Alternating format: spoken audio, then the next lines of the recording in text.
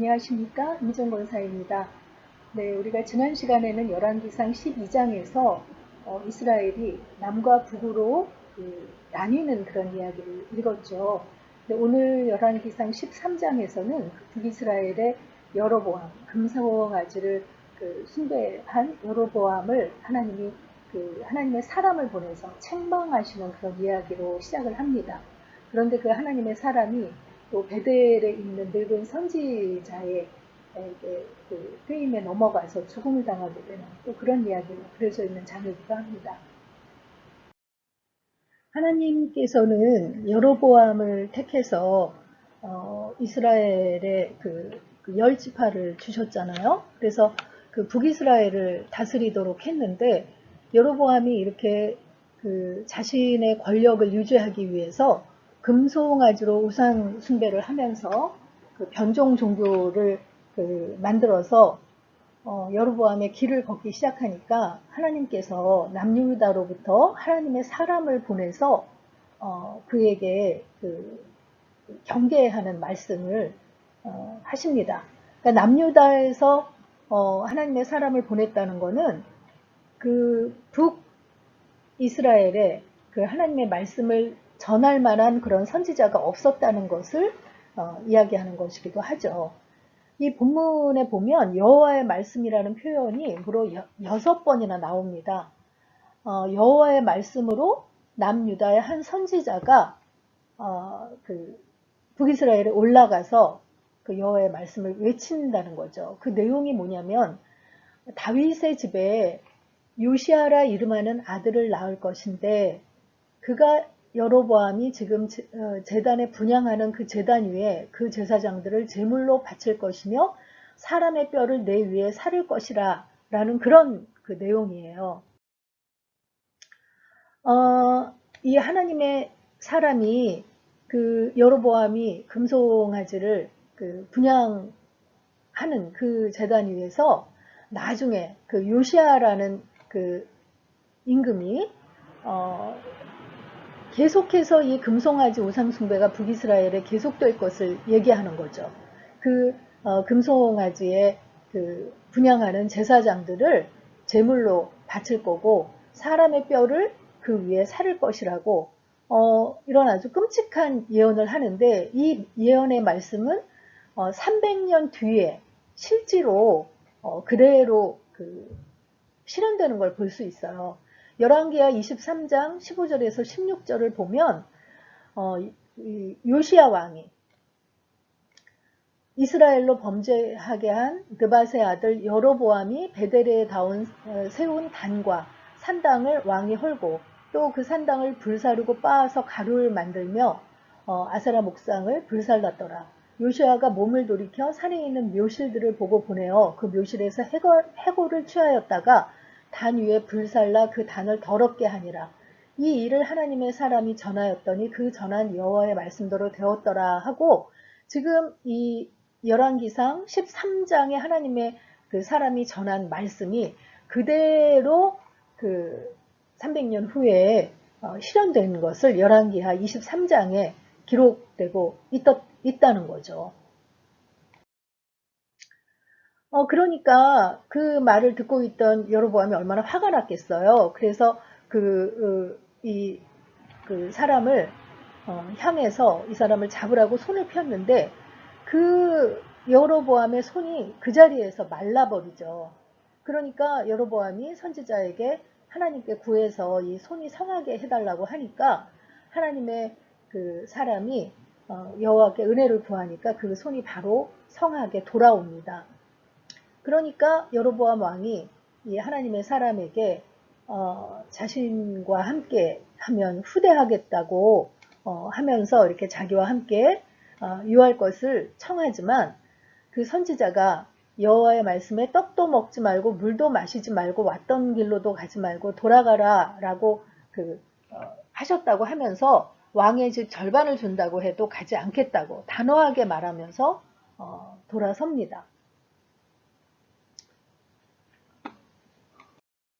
그런데 그 베델에 늙은 한 선지자가 살았다는 거예요. 그런데 그 늙은 선지자의 아들들이 와서 이날에 하나님의 사람이 그 베델에서 행한 모든 일을 아버지에게 전합니다. 그러니까 그 아들들도 그 여로보암의 금송아지를 분양하는 그 자리에 있었다는 것을 알 수 있는 거죠. 그래서 이 늙은 선지자가 그 선지자가 어느 곳으로 갔느냐고 물어본 다음에 나귀를 타고 얼른 쫓아가요. 그래서 그 상수리 나무 아래에 앉아 있는 하나님의 사람을 만납니다. 만나서 자기 집에 가서 떡을 먹자고 제안을 하죠. 그런데 아까 여로보암에게 그 단호하게 얘기했던 것처럼 하나님의 사람은 하나님께서 허락하시지 않았다고 거절을 하죠. 그런데 이 늙은 선지자가 거짓말을 해요. 나도 하나님의 사람인데 하나님께서 이 하나님의 사람을 자기 집으로 데리고 가서 떡을 먹이고 물을 마시게 하라라고 이렇게 말씀하셨다고 거짓말을 한 거죠. 그러니까 이 하나님의 사람이 그 말에 이제 솔깃해가지고 하나님이 그러면 자기가 이렇게 힘든 걸 알고 이 늙은 선지자를 보내서 이렇게 자기를 쉬어가라고 이렇게 한 것인가 하고는 이 늙은 선지자를 따라가죠. 따라가서 그의 집에서 떡을 먹고 물을 마시고 했는데 함께 식사를 하는 중에 이 늙은 선지자를 통해서 하나님께서 이 하나님의 사람에게 호통을 치시는 거예요. 내가 너더러 떡도 먹지 말고 물도 마시지 말라 한 곳에서 떡을 먹고 물을 마셨으니 내 시체가 내 열조의 묘실에 들어가지 못하리라 라고 이 늙은 선지자의 입을 통해서 이야기를 하십니다. 사실 참 이해가 안 되는 그런 부분이기도 해요. 이 늙은 선지자가 거짓말을 해서 거기에 넘어간 것인데 하나님께서는 늙은 선지자를 징계하신 게 아니라 이 하나님의 사람 처음에 그에게 말씀을 전한 그대로 행하지 않았다고 그를 징계하겠다는 것이죠. 그래서 그 말씀대로 돌아가는 길에 그 사자에게 그 하나님의 사람이 죽임을 당하게 됩니다. 사자가 길에서 그를 만나서 찢어 죽이는데 그런데 보통 사자는 배가 고프지 않으면 사람을 해치지 않는다고 하거든요. 그런데 그 선지자를 죽이고 나서 그를 먹지 않은 거예요. 뿐만 아니라 그 선지자가 타고 갔던 나귀도 해치지 않았어요. 그러니까 이 사자는 배가 고파서 선지자를 해친 게 아니라 하나님의 명에 의해서 이 선지자를 징계한 것이라고 할 수 있겠죠.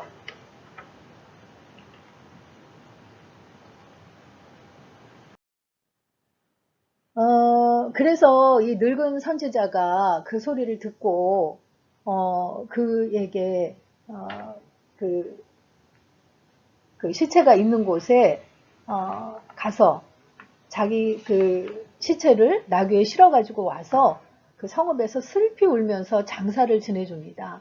그리고 그 시체를 자기의 묘실에 장사 지내고요. 아들들에게 이렇게 유언을 합니다. 그가 여호와의 말씀으로 베델에 있는 단을 향하고 또 사마리아 성읍들에 있는 모든 산당을 향하여 외쳐 말한 것이 반드시 이룰 것이다. 그러니까 이 늙은 선지자가 남유다로 내려가지 않고 또 아들들도 여로보암의 변종 종교를 행하는 자리에 있었던 거 보면 여로보암의 길을 따랐던 선지자인 것 같은데 그가 그래도 영적으로는 깨어있던 사람이라는 것을 알 수 있어요. 하나님의 말씀을 사람을 통하여 주신 말씀이 그대로 이루어질 것이라고 믿었다는 거죠. 그러면서 그 일이 이제 실현될 때, 어, 그 자기의 그 뼈가, 그러니까 자기도 죽으면 이 하나님의 사람이 묻힌 그 묘실에 그 선지자 곁에 나를 장사해 달라라고 유언을 해요. 그러니까 이 일이 실제로 이루어질 것이라고 믿고 그런 유언을 했다는 거죠. 근데 실제로 열왕기하 23장 아까 그 요시야 왕 때 그 말이 실제로 행해졌던 부분에 보면요. 요시아가 이르되 내게 보이는 저것은 무슨 비석이냐 성읍 사람들이 고하되 왕께서 베델의 단에 향하여 행하신 이 일을 전하러 유다에서 왔던 하나님의 사람의 묘실이니이다. 가로되 그대로 두고 그 뼈를 옮기지 말라 하매 무리가 그 뼈와 사마리아에서 온 선지자의 뼈는 그대로 두었더라.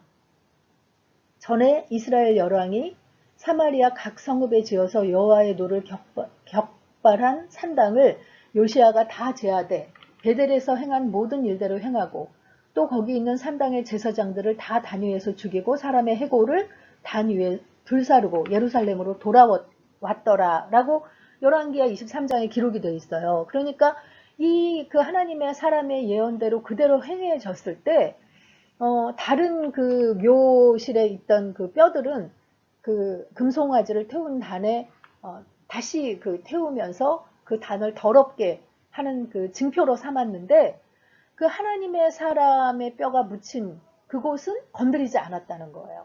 그러니까 이 늙은 선지자가 그렇게 될 것을 미리 알고 자기의 뼈를 하나님의 사람의 뼈 곁에 장사지내 달라라고 예언을 했다는 거죠. 그래서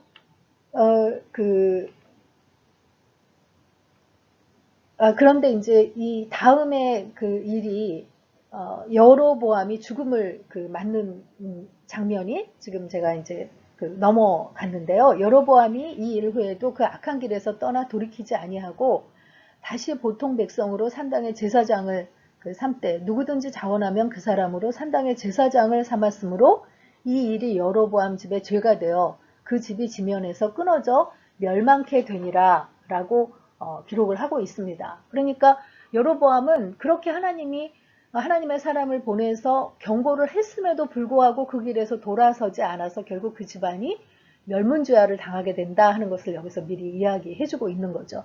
그래서 오늘의 묵상 포인트는요. 하나님이 주신 회개의 기회를 잘 붙잡고 있는지 묵상해 봅시다 하는 것입니다.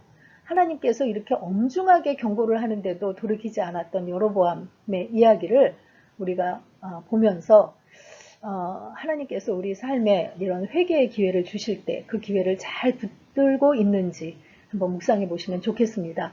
열왕기상 13장 읽고 마치도록 하겠습니다. 13장.